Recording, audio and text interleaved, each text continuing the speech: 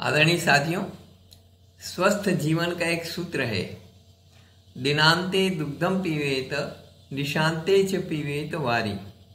यानी दिन के अंत में, सूर्यास्त के बाद या सूर्यास्त के समय में दूध पीना चाहिए दिन के अंत में। और निशांते च पीवेत वारी यानी रात्रि के अंत में, यानी अर्ली मॉर्निंग जब सुबह होती है उस समय में पानी पीना चाहिए। वारी यानी पानी। ये सूत्र दिया है महाराज धन्वंतरी ने, जिनको आयुर्वेद का जनक कहा जाता है।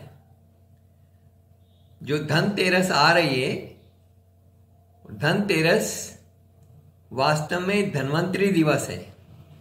धन से मतलब रुपया पैसा नहीं है, स्वास्थ्य धन से मतलब है।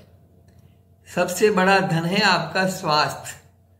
आप स्वस्थ रहेंगे तो जीवन में सब कुछ कर सकेंगे। और यदि आपने केवल पैसा पैसा पैसा किया तो पैसा कब काम आएगा या नहीं आएगा इस बात की गारंटी नहीं है। कोरोना में आपको अनुभव हो चुका है। तो ये स्वस्थ जीवन के लिए धन्वंतरी दिवस, धनतेरस को धन्वंतरी दिवस माना जाता है। और धन्वंतरी जो है, उन्होंने सबसे पहले लोगों को स्वस्थ जीवन के सूत्र बताए। आपका जीवन कैसे स्वस्थ रह सकता है, किस प्रकार से आपकी जो भी बीमारियां हैं वो खान पान के माध्यम से ठीक हो सकती है और आपका जीवन स्वस्थ रह सकता है। किस प्रकार के मसाले, किस प्रकार की दवाइयाँ, उनको औषधि रूप कैसे बनाया जाता है, किन मसालों को मिलाया जाता है, किस तरह से उनका उपयोग किया जाता है, ये सारा का सारा ज्ञान दिया है धन्वंतरी ने। और इसीलिए धन्वंतरी को विष्णु का अवतार माना जाता है और धन्वंतरी की पूजा की जाती है धनतेरस के दिन। उसको धन्वंतरी दिवस के रूप में मनाया जाता है।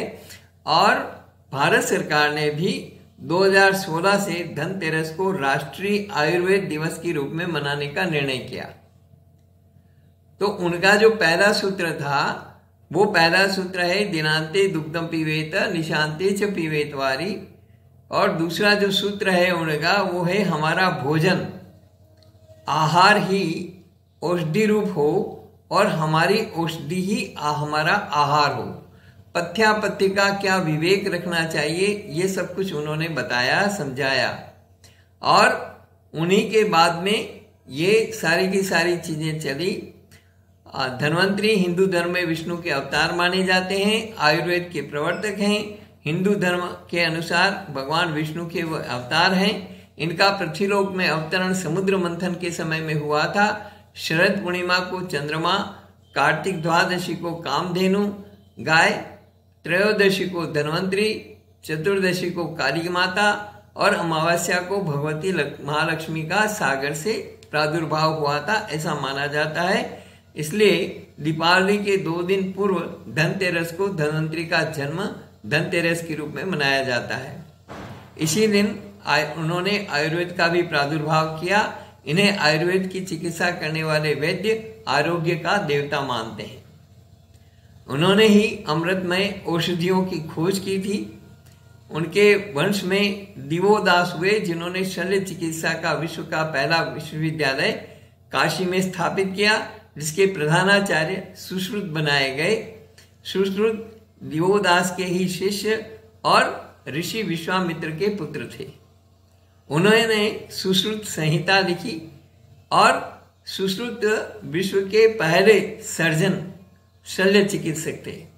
ऐसा नहीं है कि आयुर्वेद में शल्य चिकित्सा नहीं है। दरअसल में हमारे जो देश है, अंग्रेजों का लंबे समय तक गुलाम रहा, 200 साल तक। और अंग्रेजों का गुलाम रहा तो यहाँ पर एलोपैथी का प्रादुर्भाव हुआ। लेकिन हमारी अंग्रेजी की जो मानसिकता है, अंग्रेज यहाँ व्यापार करने के लिए आए थे और यहाँ राज करके बैठे। और आज भी स्थिति यही है कमोबेश। मेरा किसी पार्टी से कोई लेना देना नहीं है, लेकिन स्थिति यही है कि आज भी राज पूंजीपति ही कर रहे हैं। जितने बड़े बड़े उद्योगपति हैं, व्यापार के लिए व्यापार कर रहे हैं, वो व्यापार ही आज देश का राज कर रहे हैं अपरोक्ष रूप से। उन व्यापारियों के करोड़ों अरबों रुपए कर्जे के जो बैंक से वो लोन लेते हैं, वो अत्तू खाते डाल देते हैं, डेब्ट अकाउंट में डाल देते हैं, उनके कर्जे माफ हो जाते हैं एक तरह से प्रकारांतर रूप से। लेकिन किसी गरीब किसान का यदि 100 रुपया भी बाकी रह जाए, 1000 रुपया भी बाकी रह जाए, तो उसके यहाँ कुर्की हो जाती है। और यदि उनका कोई माफ करने की कोशिश करे तो पार्टी के लोग और दूसरे लोग उनको जो है कहते हैं कि ये मुफ्त का खाने के लिए मुफ्तखोर हो गए, ये हो गए। लेकिन मुफ्तखोर असली कौन है, उसकी तरफ किसी का भी ध्यान नहीं जाता है। खैर, मुझे इन पचड़ों से कोई लेना देना नहीं है, मुझे आपके स्वास्थ्य से लेना देना है।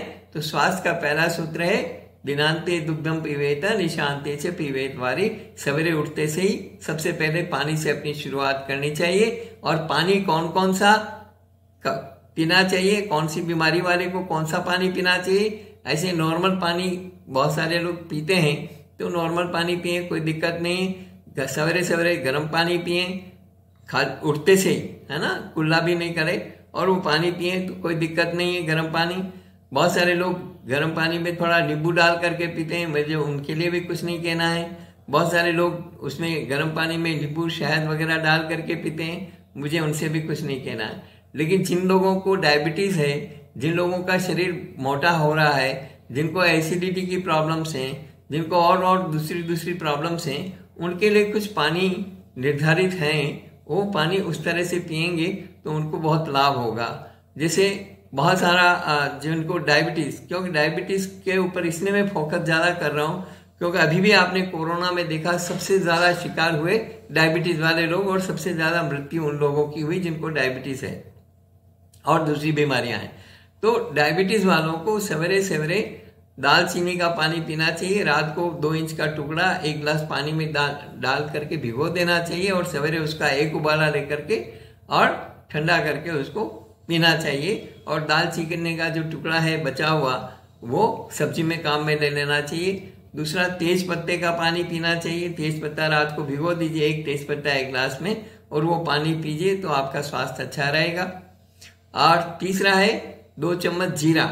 जिनका पेट गड़बड़ रहता है, गैस की प्रॉब्लम है, ठीक है, और जिनका बहुत ज्यादा मोटापा बढ़ा हुआ है, तो ऐसे लोगों को जीरे का पानी जरूर पीना चाहिए। जिनको आयरन की कमी है उनको भी जीरे का पानी पीना चाहिए। आयरन की गोलियां खाने के बजाय आप जीरे का पानी पीजिए, जीरे में पर्याप्त मात्रा में आयरन होता है। तो 2 चम्मच जीरा रात को भिगो दीजिए और सवेरे 1 उबाला लेकर के छान करके वो पानी पीजिए।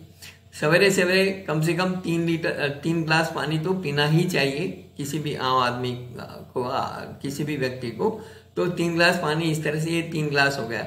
लेकिन जिनको बहुत ज्यादा मोटापा है तो वो जो है मेथी दाना रात को भिगो दें और सवेरे उसका पानी पी लें और मेथी दाना चबा लें, तो उससे उनको फायदा होगा। जिनको घुटने में दर्द रहता है तो मेथी दाने का पानी भी आप पी सकते हैं। इस तरह के 4 पानी पिए, स्वस्थ रहें, मस्त रहें। इस वीडियो में इतना ही, छोटा सा वीडियो बनाया आप लोगों की सुविधा के लिए, और ये पसंद आया हो तो इसे लाइक जरूर करें ताकि मैं छोटे छोटे वीडियो बना करके आपका समय ज्यादा नहीं लूं, लेकिन आपको स्वास्थ्य का थोड़ा बहुत जो भी जानकारी दे सकता हूं मैं देने की कोशिश करूं। वीडियो अच्छा लगा हो लाइक करें, शेयर करें। धन्यवाद।